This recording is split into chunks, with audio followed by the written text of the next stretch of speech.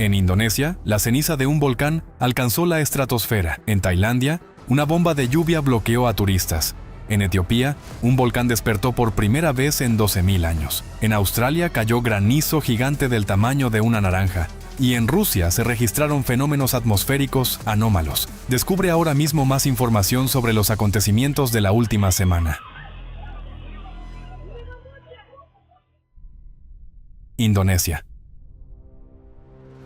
La provincia de Java Oriental, en Indonesia, sufrió una poderosa erupción del volcán Semeru. Desde mediados de noviembre ya mostraba una actividad creciente. Durante varios días, sobre la cima se elevaban nubes de ceniza, y el día 19, desde el cráter se lanzaron flujos piroclásticos que descendieron por el cauce del río Besuk Kobokan. Bajaban uno tras otro, recorriendo hasta 14 kilómetros por las laderas sur y sureste. La columna de ceniza se elevó hasta 18 kilómetros de altura. El aumento de actividad fue tan rápido que, en tan solo una hora, el nivel de alerta se elevó al máximo. La zona de exclusión se amplió a 8 kilómetros y, en el sector sureste, hasta 20. En varias comunidades, la ceniza ardiente y los fragmentos de roca destruyeron viviendas, dañaron una escuela, un centro médico y una subestación eléctrica. Más de 200 hectáreas de tierras agrícolas quedaron devastadas y murieron más de 140 cabezas de ganado. Al menos 3 personas resultaron gravemente heridas. Entre los afectados estaba una pareja que cruzaba un puente. Su motocicleta derrapó sobre una capa de ceniza caliente y sufrieron quemaduras en hasta un 20% del cuerpo.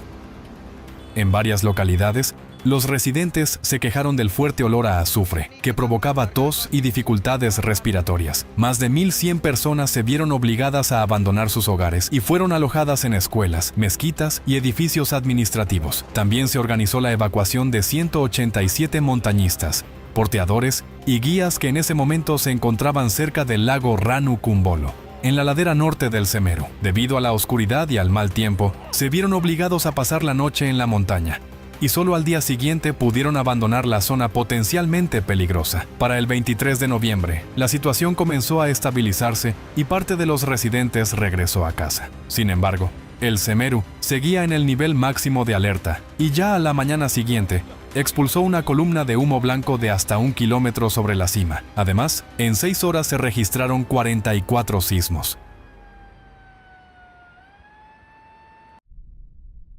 Vietnam.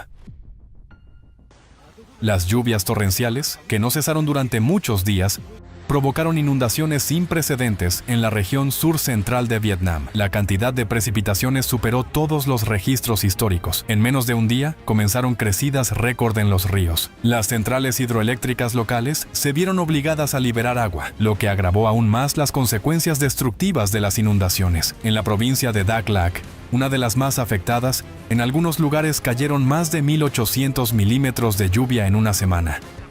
El agua inundaba las viviendas tan rápido que la gente tenía que abrir agujeros en los techos para salvarse de las poderosas corrientes. Muchas familias tuvieron que permanecer allí alrededor de 30 horas. Las redes sociales se llenaron de llamados de auxilio. En la provincia de Can Hoa, en algunos puntos la profundidad del agua alcanzó 4 o 5 metros. Los residentes del distrito de Cat Tien, en la provincia de Lam Dong, quedaron completamente aislados del mundo exterior. Las autoridades utilizaron barcos y otros equipos para llevar alimentos y artículos de primera necesidad. En total, 98 personas murieron a causa de las inundaciones masivas en el país y otras 10 permanecen desaparecidas. Casi 1.200.000 usuarios se quedaron sin electricidad. Tramos de 2 carreteras nacionales resultaron dañados por deslizamientos de tierra. Más de 200.000 viviendas quedaron inundadas, algunas completamente destruidas. El desastre arrasó más de 90.000 hectáreas de arroz y otros cultivos, explotaciones piscícolas y mató a casi 1 millón de cabezas de ganado y aves. Para hacer frente a las consecuencias, se movilizaron más de 42.000 militares y más de 1.200 unidades de maquinaria.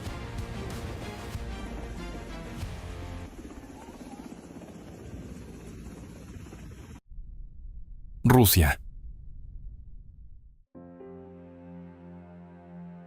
El 22 de noviembre, la región de Chelyabinsk fue golpeada por una lluvia helada. La autopista federal M5 Ural quedó cubierta de hielo. Debido a los numerosos accidentes, Se formaron atascos de varios kilómetros y en algunos tramos el tráfico fue completamente bloqueado. En el distrito de Satka, con una temperatura de menos 5 grados Celsius, en lugar de la nieve prevista, cayó lluvia que se congelaba instantáneamente al contacto con superficies sobreenfriadas. A causa del hielo, decenas de personas sufrieron lesiones y tuvieron que solicitar atención médica. Una situación similar se produjo en Tiumen, donde una gruesa capa de hielo cubrió árboles, coches, barandillas, carreteras y aceras, convirtiendo la ciudad en una pista de hielo peligrosa. Del 21 al 24 de noviembre, en el Distrito Federal Central del país, se registró una actividad tormentosa anómala. En la aldea de Yakovlevo, en la región de Lipetsk, la tormenta estuvo acompañada de granizo de hasta 2 centímetros de diámetro. Sobre las regiones de Briansk, Kaluga, Oriol, Tula y Smolensk, las descargas fueron inusualmente potentes y frecuentes para finales de noviembre. La corriente de algunos rayos alcanzó 486 kiloamperios. A modo de comparación,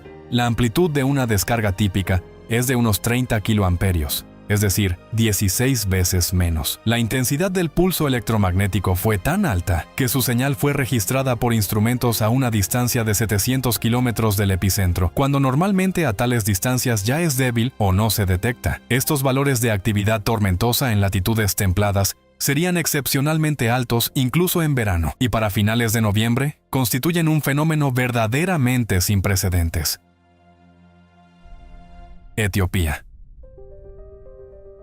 El 23 de noviembre en Etiopía se produjo una repentina y poderosa erupción del volcán Haile Gubi. La columna de ceniza alcanzó 15 kilómetros de altura, lo que interrumpió los corredores aéreos que conectan África, Oriente Medio y el sur de Asia. En la región se declaró el código rojo de peligro para la aviación. Los datos satelitales del día 24 registraron no solo una extensa pluma de ceniza, sino también una emisión significativa de dióxido de azufre a una altura de entre 5 y 17 kilómetros, lo que es un indicador de gran actividad volcánica. La pluma permaneció en la atmósfera incluso después de la erupción, desplazándose sobre el Mar Rojo en dirección a Omán y Yemen. Cabe destacar que hasta noviembre de este año no había registros confirmados de erupciones en este volcán durante casi 12.000 años. La actividad observada anteriormente se limitaba únicamente a la emisión de gases. El repentino despertar de Haile Gubi se convirtió en una nueva evidencia del aumento de la actividad geológica en el planeta. Australia. El 22 de noviembre, el potente ciclón tropical Fina, de categoría 3, llevó a la región del norte de Australia ráfagas de viento de hasta 200 km por hora y lluvias torrenciales récord. Al día siguiente, en la zona de Middle Point, cayeron 430 milímetros de lluvia en 24 horas, un máximo absoluto para la estación meteorológica local. En Darwin y otras localidades también se batieron récords de noviembre. Los daños fueron considerables. El suelo empapado provocó la caída de árboles centenarios que dañaron viviendas y vehículos. Unas 19.500 personas se quedaron sin electricidad. El fenómeno dañó también el techo del Hospital Real de Darwin. Las Islas Tiwi sufrieron los daños más graves. Su infraestructura eléctrica quedó dañada. Afortunadamente, no hubo víctimas mortales. Ya debilitado, el día 25, el ciclón tocó tierra en la remota costa de la región de Kimberley, en Australia Occidental, provocando ráfagas de hasta 170 km por hora cerca de la desembocadura del río Berkeley. Mientras tanto, la costa oriental de Australia fue golpeada por una poderosa tormenta primaveral. Los estados de Queensland y Nueva Gales del Sur quedaron en el epicentro del temporal. El 24 de noviembre, el sureste de Queensland, incluyendo Brisbane, Logan y Gold Coast, fue azotado por una tormenta peligrosa que trajo granizo gigante de hasta 14 centímetros y vientos destructivos superiores a 100 kilómetros por hora. Como resultado, más de 150.000 hogares se quedaron sin electricidad. Numerosos vehículos, tejados y paneles solares sufrieron daños importantes. Los vientos huracanados dañaron cientos de líneas eléctricas y en solo un día se registraron cerca de 880.000 rayos. El temporal causó destrucción en las zonas de Moreton Bay, Sunshine Coast y la isla Bribie. Las carreteras quedaron bloqueadas por árboles caídos y escombros. Se interrumpió el servicio ferroviario y decenas de escuelas fueron cerradas. Debido a la enorme magnitud de la destrucción que afectó tanto a la infraestructura como a las propiedades privadas, esta tormenta fue declarada oficialmente una catástrofe asegurada.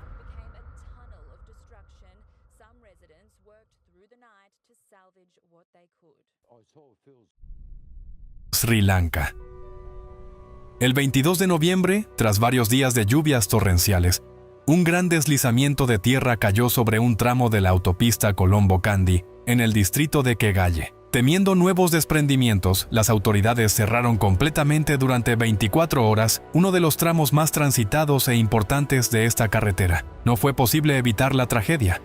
Una enorme roca desprendida de una ladera bajo las vías del tren, junto con una masa de tierra, cayó sobre una vivienda y un café al borde de la carretera, un lugar muy frecuentado por los viajeros. En el momento del derrumbe, dentro se encontraban empleados y visitantes que habían parado a desayunar. 10 personas quedaron atrapadas bajo los escombros. Varios automóviles estacionados junto al edificio también resultaron dañados. En las operaciones de rescate participaron el ejército de Sri Lanka, los bomberos, la policía y habitantes locales. 4 heridos fueron trasladados al hospital, pero lamentablemente 6 personas no pudieron ser salvadas.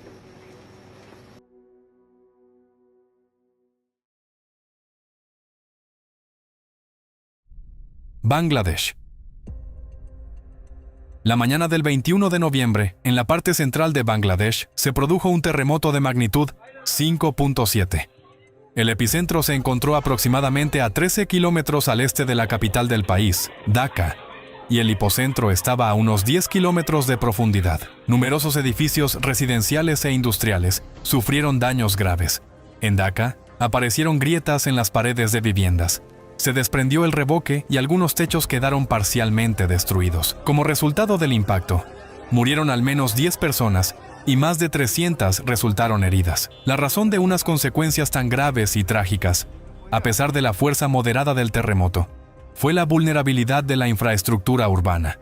La gran densidad de construcción y los edificios antiguos con paredes de ladrillo o de hormigón sin refuerzo, que se dañan fácilmente durante los temblores. Además, las viviendas cercanas entre sí chocan durante las oscilaciones, provocando la caída de fragmentos, lo que aumenta el riesgo para los habitantes. Los daños se agravaron también por las características de la geología local. El suelo blando y saturado de agua del delta de los ríos Ganges y Brahmaputra amplifica las vibraciones y aumenta el riesgo de daño estructural. Durante las 32 horas posteriores al sismo principal, se registraron 3 réplicas de hasta una magnitud de 4.3.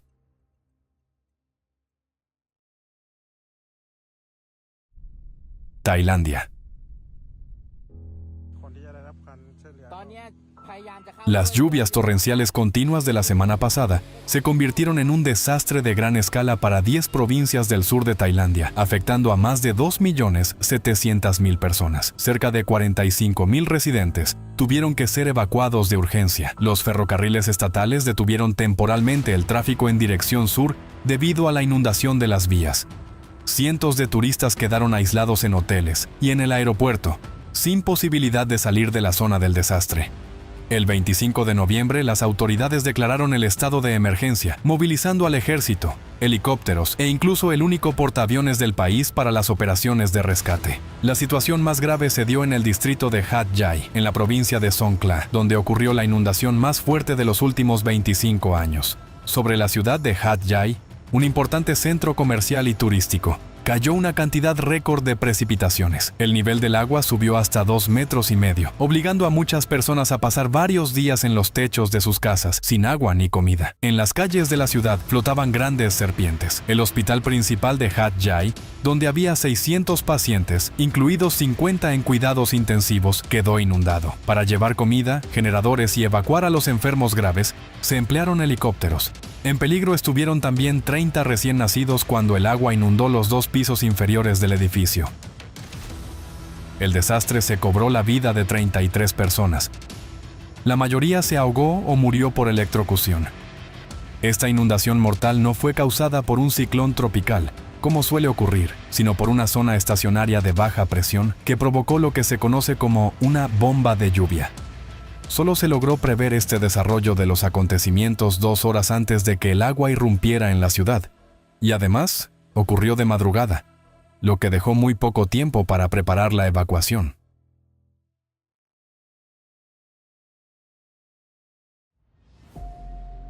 Con cada semana que pasa, Los desastres dejan de ser solo noticias y se convierten en la realidad de los últimos segundos de vida de alguien, en las casas destruidas de alguien y familias que nunca volverán a reunirse. Las catástrofes naturales se están intensificando, mientras la gente sigue viviendo como si todo esto no tuviera nada que ver con ellas. La humanidad sigue gastando energía en conflictos sin sentido, construyendo ilusiones de futuro y alimentando guerras, como si todos los acontecimientos aterradores estuvieran ocurriendo muy lejos, en otro planeta. Pero surge una pregunta, una que nos hacemos cada vez más a menudo. ¿Qué más tiene que suceder para que el mundo por fin despierte? ¿Cuántas ciudades deben desaparecer? ¿Cuántas personas deben morir? ¿En el fuego? ¿En el agua o bajo los escombros? La mitad del mundo. Pero en esa mitad del mundo puede estar cualquiera de nosotros, nuestras familias, nuestros hijos, nuestras casas, nuestra vida. ¿Estamos acostumbrados a pensar que esto no nos concierne?